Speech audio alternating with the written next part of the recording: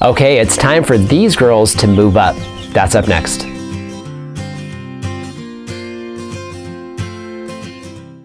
Hello everyone, this is Dwayne with Edge of Nowhere Farm, and we're coming to you here today. It is May 2nd, 2020.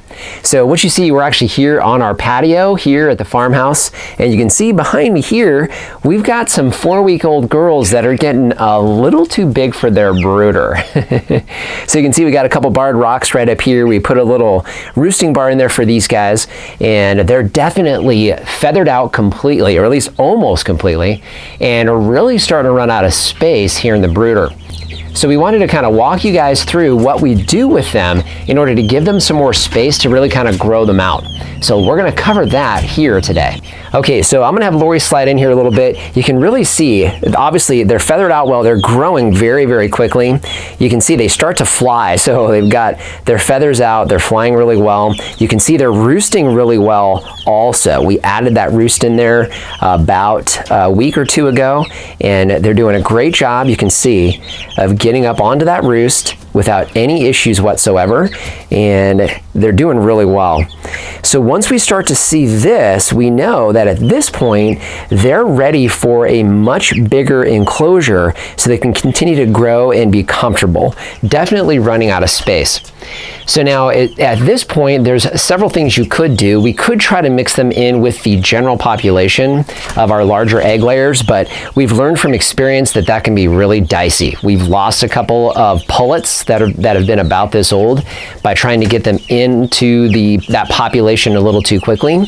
And we have a couple other things that we really want to get accomplished here on the farm with some of our chickens. So what we're actually going to do with this batch, we've got 20 pullets in here right now, is we're actually going to move them into one of our chicken tractors that's actually designed for broiler chickens. So what we're going to do is we're going to go ahead and grab one of those and show you where these guys are going to spend the next couple months of their lives before we combine them with our other egg-laying flock. Let's go ahead and take a look at that. Okay, so here we are. You can see we have our coop and run behind us for our egg layers. Now, we've talked a little bit about the area that we have set aside here, which is between our coop and run for the egg layers and also the farmhouse. Now, what we're going to eventually have here would be a pasture for our broiler chickens, but at this point, it's not established. So now, we've got horrible dirt here, definitely no soil as far as growing is concerned. So we figure what we'll do for the next couple months while we grow these pullets out, we'll get them into chicken tractors and actually start running our chicken tractors across what will eventually be our pasture.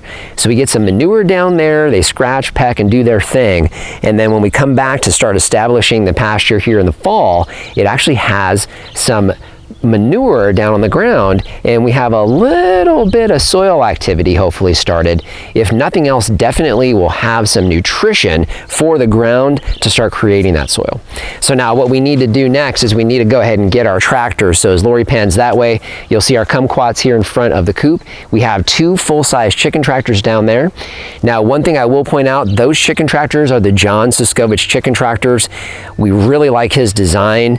We do have his book, his tractor design, in our Amazon shop, so check that out. If you guys want to use or to make one of those, he's got really good detail in there. And here in Arizona, it's actually a very good design. So anyhow, what I need to do is I need to get one of those tractors, bring it over here onto the pasture where we're going to start these birds out.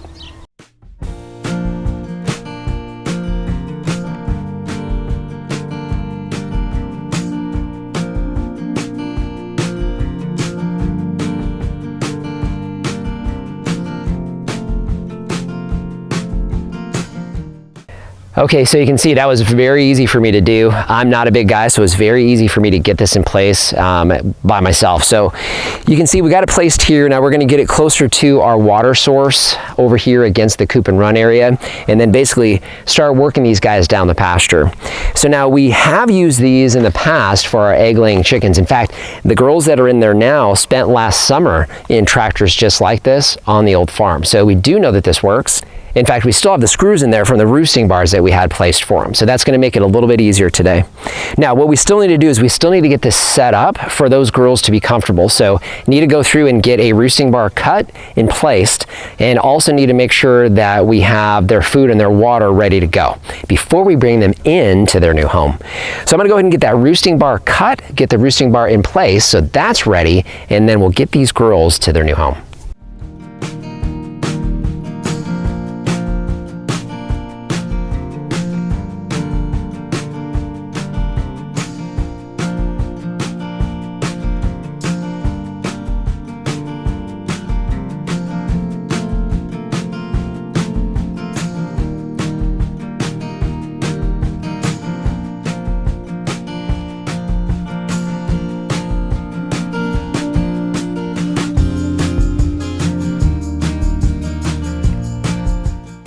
Okay, so we got the roosting bars in. So you can see all I did was just add some tie wire at the very end there.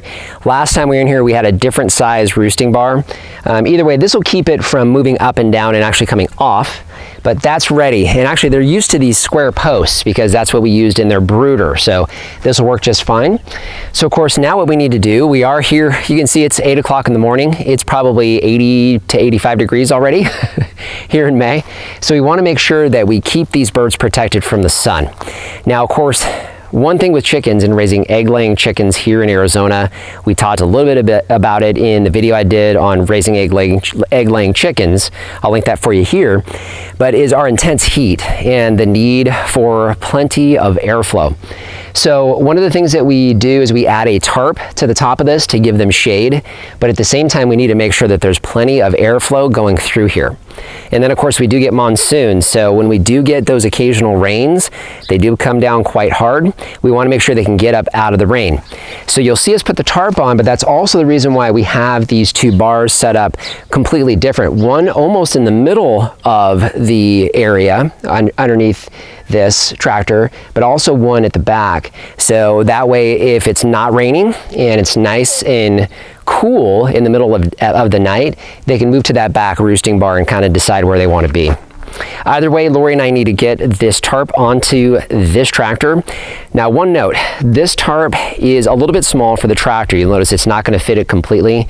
Part of that is by design. We want that airflow, again, make sure it can get up underneath them when they're roosting, but also because it's hard to find the tarp that actually fits this tractor. So I think a 10 by 14 tarp is the right size to fit it.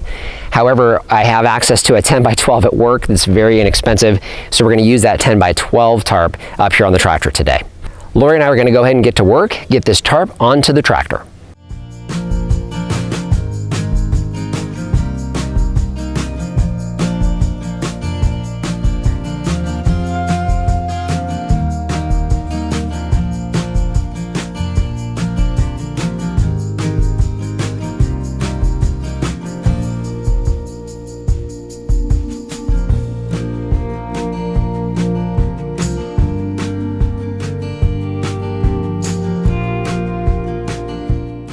Okay, so you can see, super simple. We've got the tarp up here and you can see all the shade that it creates in here for the chickens. So as the sun moves in the sky, they'll be able to move around, get nice shade, still get plenty of airflow through the bottom, and then of course through both sides here.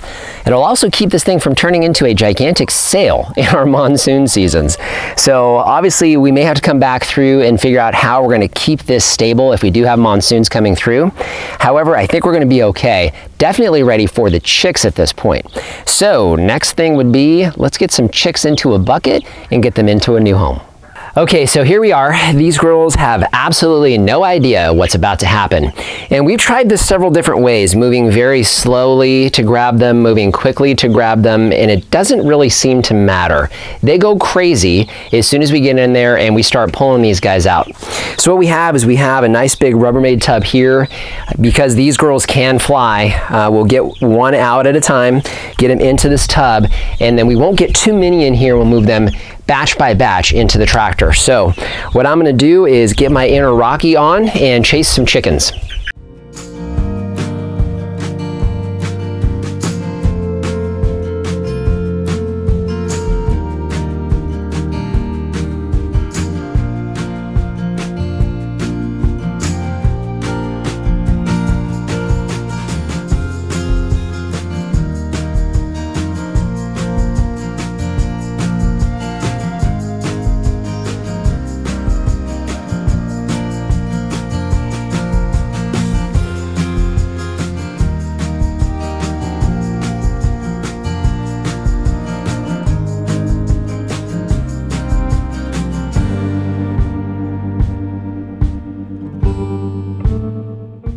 Okay, so that's done.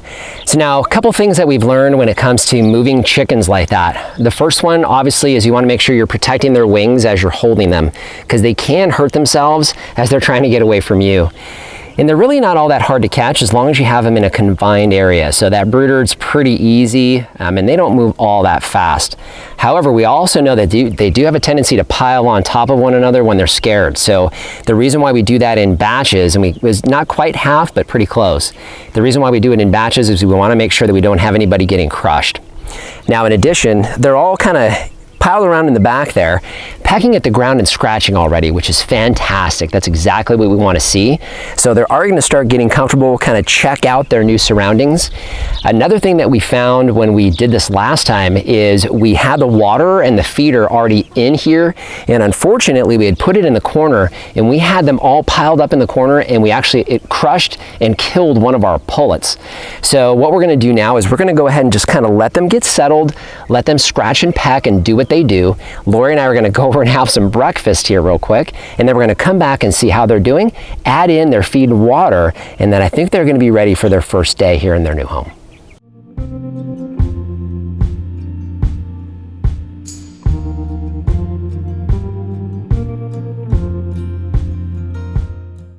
Okay, so like that, we're done. So we did go ahead and go back in. We had to kind of shore up some of this hardware cloth around the chicken tractor. It was kind of interesting. So we've got 4 neighbors, and we had, as soon as we got the chicks in there, got everything locked back up, we had a pit bull come running towards us that we recognized. It's our neighbor's pit bull. And he walked around pretty excitedly around the tractor several times, wagging his tail, wanting to play with the chickens. So they got a taste of what they might see as far as wildlife out here, and yeah, they weren't too happy. So he was fine. You know, obviously he was coming in to check it out, so you know, we brought him back home and he was good. But we did want to make sure we shored up a few things, and it was a good test to the tractor because he pushed on this hardware cloth a couple times and it was fine, and you could see they were perfectly safe. So now, did want to point out in the back, so obviously our ground's not perfectly level and it's not a pasture yet. So typically with a pasture, the grass will kind of fill in and flatten out some of these gaps, which we don't have in place yet. So we are going to have to come back through. I'll just get some 2x4s and basically set them on the sides of the tractor just to make sure I can't have anybody kind of reaching in trying to grab one of these girls. So either way, tractor got its first test of a good-sized pit bull trying to push against it, and it held up just fine. So you can see they're kind of getting used to being in the tractor, and we did go ahead and get their feed and water in there, so they're ready to go there. Now we do have one other thing that we will include there, and that is what we use to keep all of our chickens cool here during the summertime. But we'll share that with you guys in another episode where we talk a little bit about getting your egg-laying chickens through the summer. Either way, we're going to go ahead and get out of these guys' way. They need to spend the day getting used to their new digs. I think they're going to be just fine.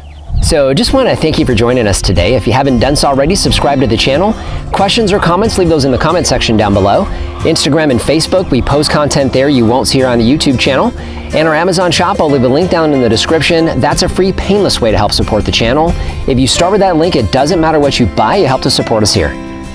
So just want to thank you for joining us today and remind you, if we can farm on the edge of nowhere, so can you. You got your Rocky channeled?